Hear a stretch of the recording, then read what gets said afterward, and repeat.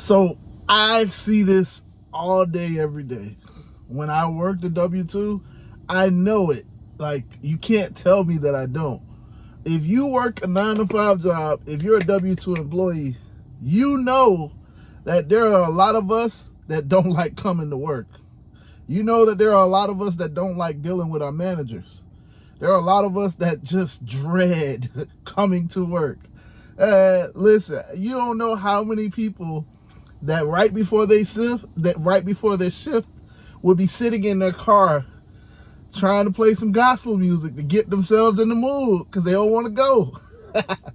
Listen, that's the whole point of why I keep saying you're a business owner when you are an Uber driver, and you got to take advantage of that.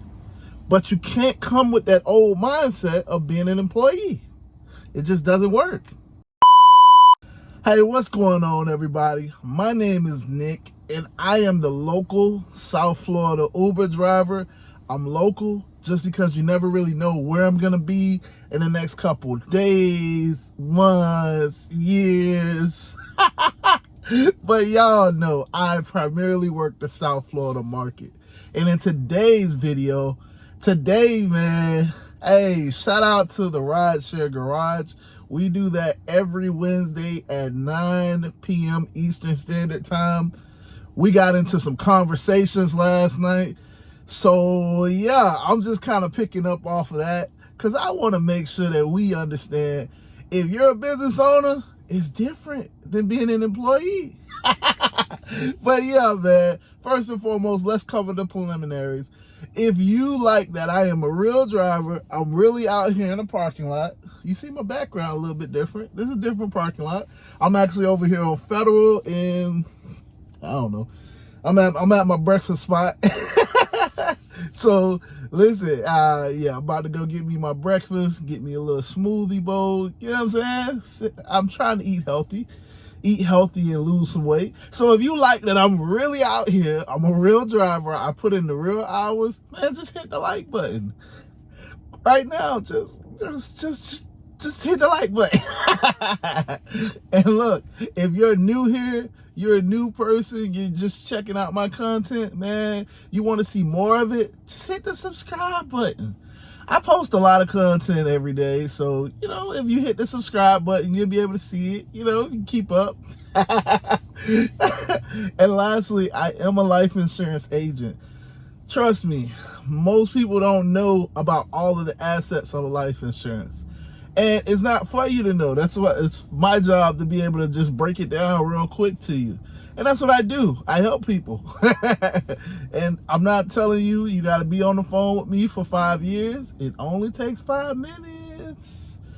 5 minutes. 5 minutes. That's it. I can help you. See, I can get you what you need and get you off the phone. That's what I'm all about. So just hit the link in the description. And yeah, let's talk. 5 minutes. Hey, but with that being said, now that we done covered the preliminaries, man, last night, if you didn't catch the Rideshare Garage, we back. I know I've been dancing a lot. But listen, man, I'm just happy because we back. It's been a while. I don't know. How did you guys like the garage? If you liked it, cool. You know, just leave a comment. But we back, man. We back. So last night, we were talking about the difference between an employee and a W-2 contractor, Uber driver, whatever. And we were talking about hourly rate. And so, you know, it was a lively discussion. So I just want to leave off and kind of pick up where we left off. In that, look, man, we all come from an employee lifestyle. It makes I can't sit here and lie. Like, DoorDash and Uber weren't around when I was growing up. You know what I'm saying? It just wasn't. So this opportunity that I'm living now isn't something that I had previously. Because listen, if I was 15, 16, 17. Well, I mean, I know you got to be 18 to do it, but listen, I'd figured out a way. Because, back then, I couldn't get a job. You know what I'm saying? Like, I had to work at Publix because Publix was the only place that was allowing people younger than 18 to work.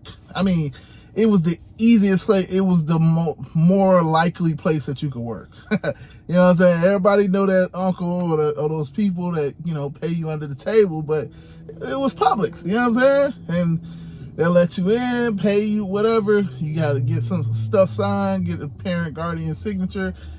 It just was what it was. You could make some money.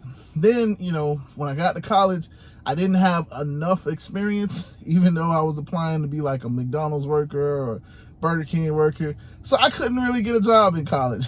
I know that's funny, right? But I mean, it is what it is. Everybody was applying for jobs. I wasn't the only one. And they like, you got your pick. So I couldn't get a job in college. But once I got out of college, I definitely got a job. And I've been working ever since. So when I say that I've been an employee for a long time, trust me, I have. I know what it's like. Listen, when you come to work and you look around, let's say your shift start at 8. Now, I ain't gonna lie, I ain't get there early every single time, but there were times where I would get there early.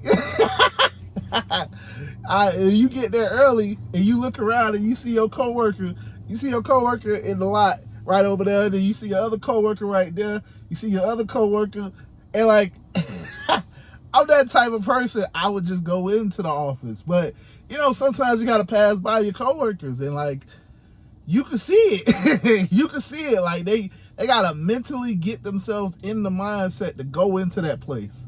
You know what I'm saying? Like, especially my last job, like, whew. I mean, it's sales, it's a call center, but like, hey, hey, you have to mentally get yourself ready to go to work.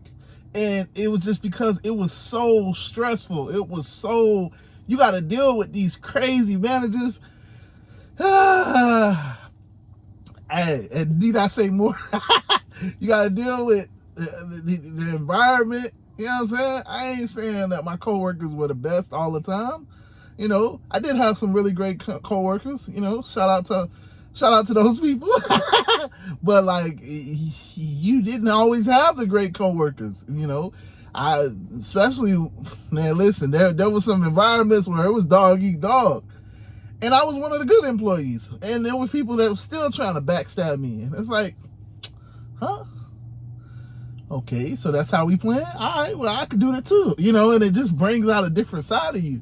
Because it's like, you ain't gonna backstab me. Nah, I'm gonna show you. You know what I'm saying? And it's like, it shouldn't have been like that, But like, we all done had, maybe it was you. Before you go to work, you like, listen, I gotta play me some gospel music. Listen, I gotta get my favorite shake from McDonald's. You know what I'm saying? I gotta get me some coffee. It's like a whole little routine that you do just so that you can pump yourself up, because you're going into somewhere that you don't like. Like, we gotta be honest with ourselves, man. A lot of us that worked a 9-to-5 job didn't like our jobs. Because of the restrictions that were put on us, because of the managers, because of the co-workers, because of the job. Hey, even if it was an easy job, you might have been like, man, I don't want to go to work today. You know what I'm saying? But that's when you're an employee, the major point that I'm making is when you're an employee, it is what it is. That's what they sign you up for. Again, when you went to that interview and they sat down and they asked you, okay, why did you want to apply here? Well, okay, well, here are the shifts available. Let's, we're going to move a little bit in the interview.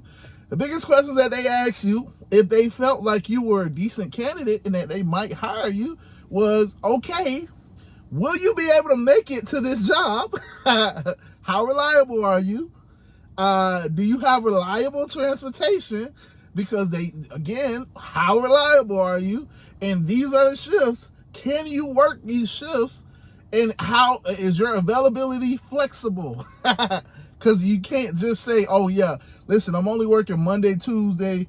I might come in on Wednesday. I might come in on Thursday, but I'm gonna work Friday. And yeah, I'll be there.